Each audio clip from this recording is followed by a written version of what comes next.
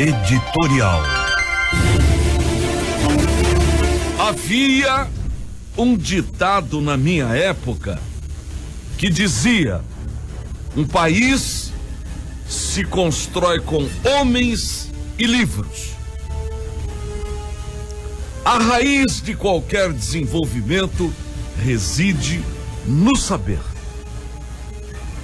Um homem preparado carregará dentro de si a responsabilidade com ele, com a sua família e com as demais pessoas. Mas isto está sendo perdido, e o que estamos vendo é o renascer de um país violento, vazio, oco, sem respeito às suas instituições. Não existe mais o culto, a ética e a moralidade, e estamos descambando para uma sociedade que não se importa como, mas se você levou vantagem, estará tudo bem. Não se lê mais.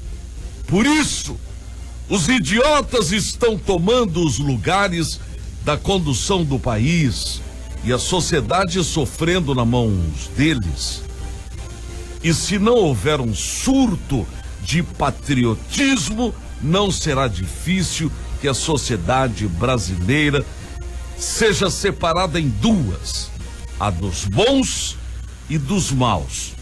Só que a segunda parte em maior volume, e quando idiotas comandam, podem estar certos que entraremos em convulsões aonde inevitavelmente vai correr sangue. Estamos vendo a nação ir de mal a pior. Antes éramos o país do futuro. Hoje não há futuro. Uma juventude cada vez mais idiota e imbecilizada, incapaz de assumir a sociedade, e um Brasil envelhecido sem perspectiva de, a cada dia que passa, recuperar o tempo perdido. As pessoas de bem precisam se juntar e ditar o rumo para onde querem que este país vá. Nesta encruzilhada, senhores, ou pegamos o caminho certo, ou não se poderá prever aonde esta sociedade sem rumo irá terminar. Uma das bases para um novo rumo é a educação e a religião. O homem sem crença se torna presunçoso e mau, desrespeitoso e sem valores.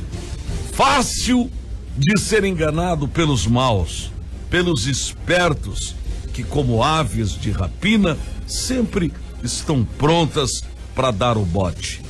E não existe caminho senão o da educação. Analisem comigo. Há quanto tempo não aparece um líder que justifique a população segui-lo? Individualizando isto, vamos voltar ao tempo de Pedro Pedrocian, que, se vivo estivesse, hoje estaria completando 90 anos, e que nos deixou há um ano. Ele investiu na educação por acreditar no nascimento de uma nova sociedade. Quem mais fez isso? Vamos pegar outro exemplo. Quando a Coreia do Sul saiu da guerra, 86% da sua população estava vivendo abaixo da linha da pobreza. Era aquele país o quarto país mais pobre do mundo. E como aquele país pobre saiu da pobreza para em 20 anos se transformar na 12ª nação mais desenvolvida no mundo? Pela educação e pela religião. Em 20 anos, a Coreia do Sul virou um país de primeiro mundo, saiu da linha de pobreza com 86% da sua população e fez aquilo que não conseguimos fazer nos últimos 60 anos.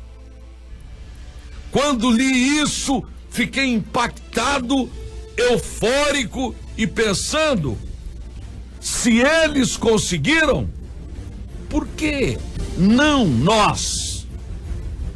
Se um país se constrói com homens e livros, vamos ver se isso é correto. Na Coreia havia um ditado que motivava o povo a sair da pobreza, que dizia: depois de 3 dias com fome, todo mundo vira ladrão e assaltante.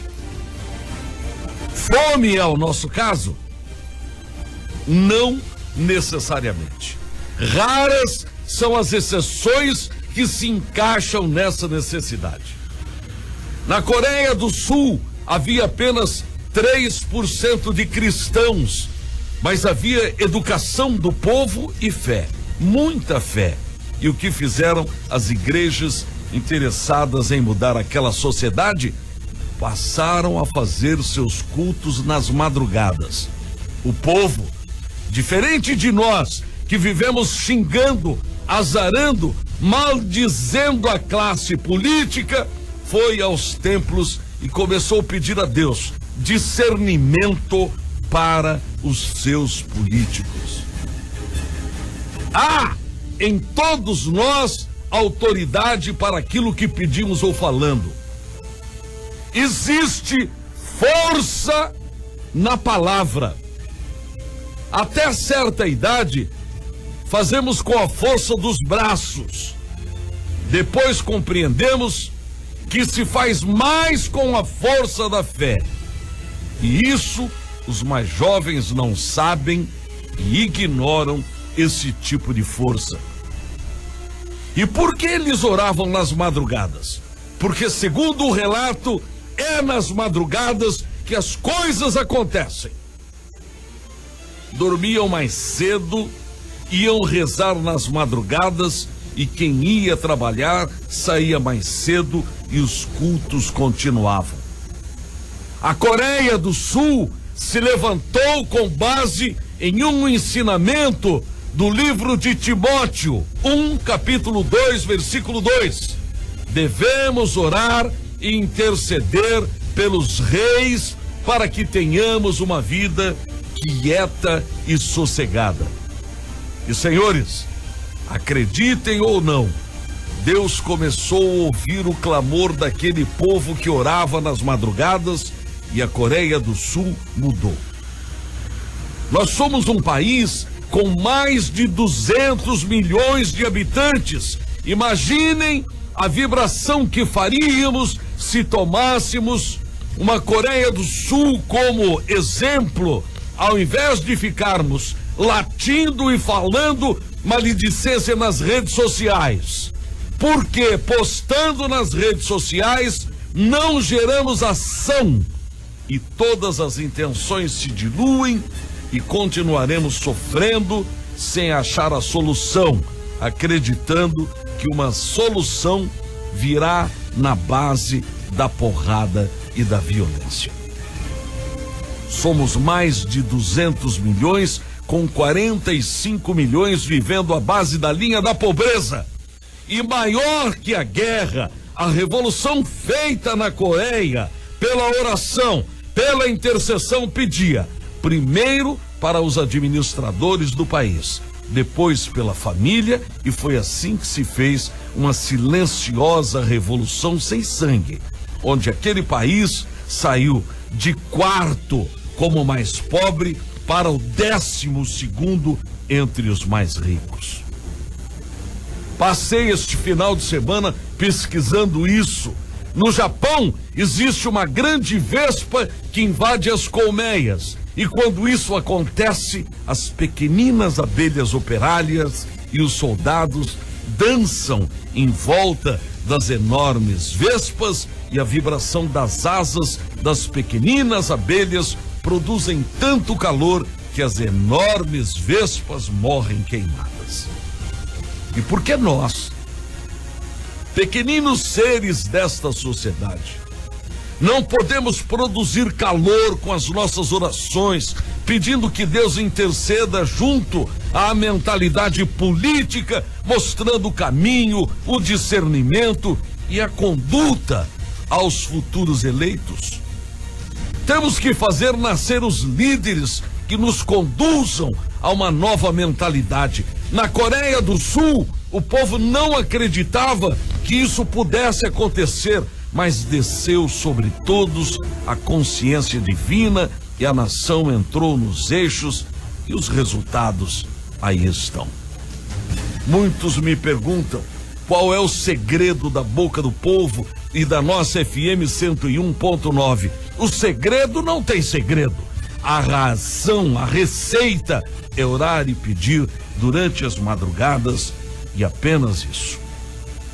E eu fui buscar conhecimento e inspiração para isso e encontrei. Gênesis 19:27. Abrão teve seu encontro com Deus na madrugada. Em Êxodo 24:4, Moisés teve seu encontro com Deus na madrugada. Em Josué 6:15, o povo de Deus conquistou Jericó na madrugada. Outra, o Mar Vermelho se abriu na madrugada. Jesus ressuscitou na madrugada. Salmos 88:13, Davi orava na madrugada. Em Marcos 1:35, Jesus orava na madrugada. Aliás, o hábito de orar na madrugada permaneceu com o próprio Jesus. Em Marcos 16:9, Jesus ressuscitou na madrugada. Em Provérbios 8:17, eu amo os que me amam, e aqueles que me buscam nas madrugadas me acharão. A Coreia do Sul se levanta nas madrugadas e aquele país mudou. Se eles puderam, nós também podemos. Tenho olhado para o nosso país com muita preocupação. Estamos numa encruzilhada histórica. Uma classe política desmoralizada, instituições falidas, povo triste, violento e desanimado, futuro incerto, tudo parecendo caminhar para o caos. Depoimentos que ouvimos dentro da nossa profissão às vezes nos metem medo, porque são pessoas sábias dizendo que as coisas que nunca ouvimos ao longo das nossas vidas, e essas pessoas reconhecem que estamos às portas dos caos. Ora, já tentamos, protestamos, batemos, apanhamos, caçamos, prendemos e nada disso deu certo. Então, por que não copiarmos aquilo que a Coreia do Sul fez e deu certo? O problema não está em trocar administradores, legisladores, juízes, desembargadores, ministros. O problema é dar-lhes uma nova mentalidade para que tenham a honra de representar a nossa sociedade. E se fizerem coisas erradas, diante de uma vibração tão grande como poderia ser, essas pessoas seriam destruídas pelos seus malefícios. Deus nos ouviria e tocaria diante da safadeza dessas pessoas, naquilo que há de maior valor para elas, seja lá o que for. A justiça pune, a polícia prende, mas Deus não brinca e sua providência é definitiva e pesada, sem recurso de primeiro, segundo ou terceiro grau. Levantar nas madrugadas e pedir sabedoria e discernimento para aqueles que querem nos governar é tudo o que o Brasil precisa e não faz, mas deveria fazer nas madrugadas. Enquanto os desonestos acreditam na força do engodo, do dinheiro, da corrupção, da patota, da força bruta, conclamamos a todos para que juntos acreditemos na força do pensamento para a intercessão divina. Se a Coreia do Sul pôde, nós, brasileiros, também podemos. Para Deus não existe acordo, meia conversa, mimimi, acerto, recurso para aqueles que mentem para o povo e quando chegam lá se aproveitam de nós. Contei a um padre sobre este editorial e ele me disse: se isso acontecer, Deus vai cortar esses ramos secos das videiras sociais para atirá-los à fogueira. Gostaria de ouvir a sua manifestação a respeito do que estou falando. Vamos fazer uma grande campanha em prol do Brasil, senhores. Bom dia.